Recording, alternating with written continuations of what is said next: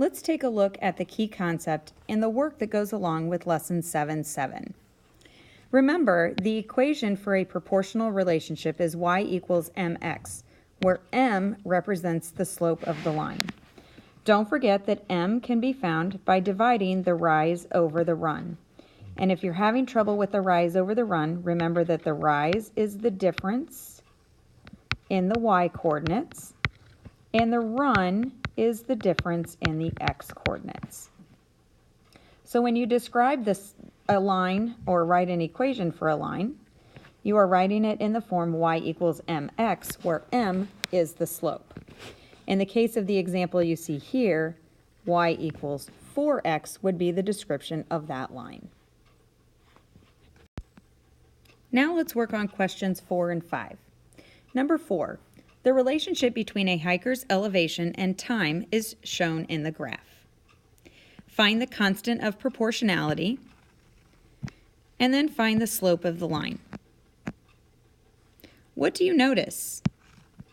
Remember, the constant of proportionality is the k number, and we describe that as a y over x ratio. The slope of a line is what we call m, which is simply a difference in the y numbers over a difference in the x numbers.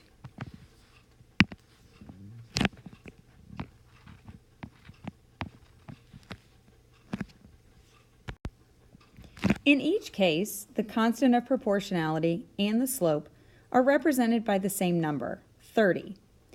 In the constant of proportionality, don't forget that you're just writing a ratio of the y number to the x number for that proportional relationship. In this case, you either wrote 30 over 1 or 60 over 2, and in both cases, the k value would be 30. For the slope, you're finding the differences between y-coordinates and difference between x-coordinates. 60 take away 30 and 2 take away 1 gives you a ratio of 30 to 1, which again is 30. So what is the equation of that line? Well, the equation of the line would be in the form y equals mx, where m, 30, is the slope of that line. Now you try question 5. Come back and check your answer as soon as you think you have the graph done. Make sure that you do it in pencil in case you've made a mistake and you need to erase.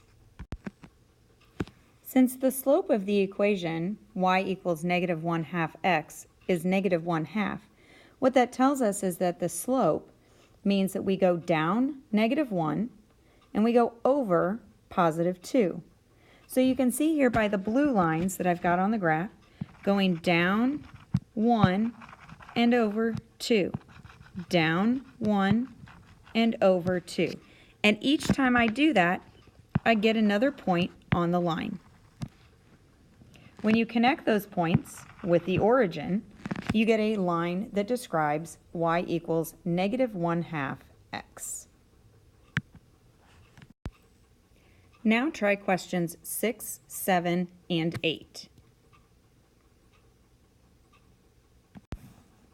For number 6, make sure that you pay attention to the two sets of coordinates that you see on the graph and in the calculation of the slope here. You should get 70 for the slope, which means y equals 70x.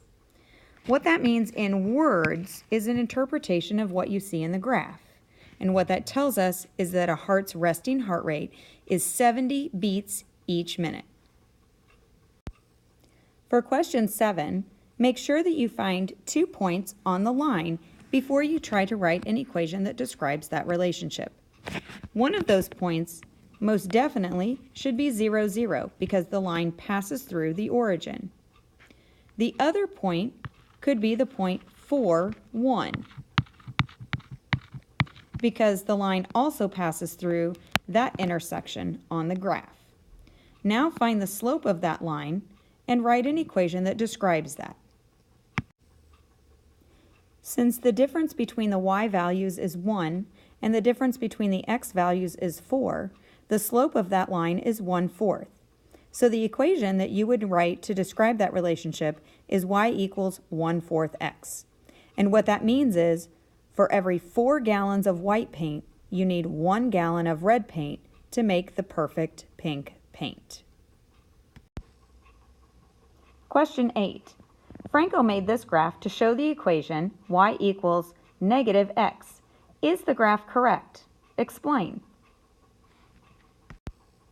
Pick any 2 points along that graph and describe the slope of that line. Does the slope of the line match the equation that you see? In this problem, the equation y equals negative x does not describe the graph. The graph that you see there is incorrect because the slope of this graph is a positive one, not a negative one. Franco would have to draw a line going through the origin, but moving down from left to right, down and away from that origin in order to show a negative slope. Now you try questions 10 and 11. Come back and check your graphs to see if you did them correctly. Remember, use the origin as one of your ordered pairs. Then use the slope to determine a second ordered pair before you connect those points to make a line.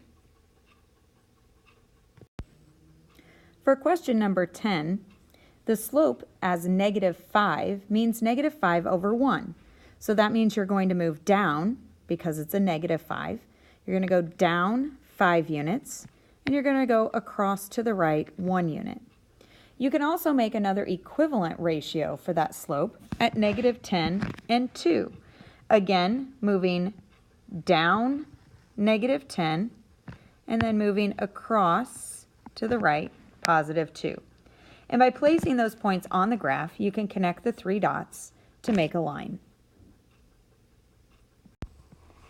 For question 11, because the slope is 3/5, and that's positive, then it tells us that our graph is going to be moving up and away from left to right from the origin. So the first point that I'm going to put on the graph is the origin point. That's at 0, 0. And then I need at least one other point, possibly 2 other points to draw my line. So using my slope, 3/5, means I'm going to move up 3, 1, 2, 3, and over 5. So there's my 3 up, 1, 2, 3, 4, 5. Here's my second point. Now I could use the 6, 10, but my graph doesn't go big enough for that. So what I know is that at least the 2 points that I've got will create that line. So when I connect them together, I get my line. And I don't know why my line is all wavy, but apparently my stylus likes to draw them that way. Your line should be straight. And last, let's go ahead and finish by doing numbers 13 and 14. The graph shows a proportional relationship between a person's total savings in dollars and the number of weeks they have been saving. Write an equation that models the savings. First, look for some ordered pairs on that graph in order to find the slope of the line.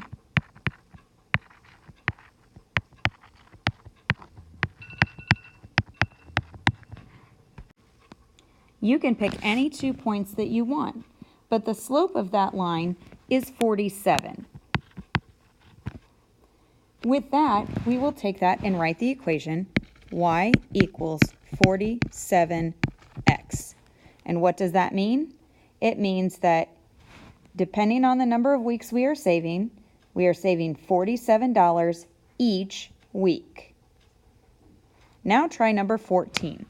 Come back and check your answer for number 14 when you have solved both parts A and part B.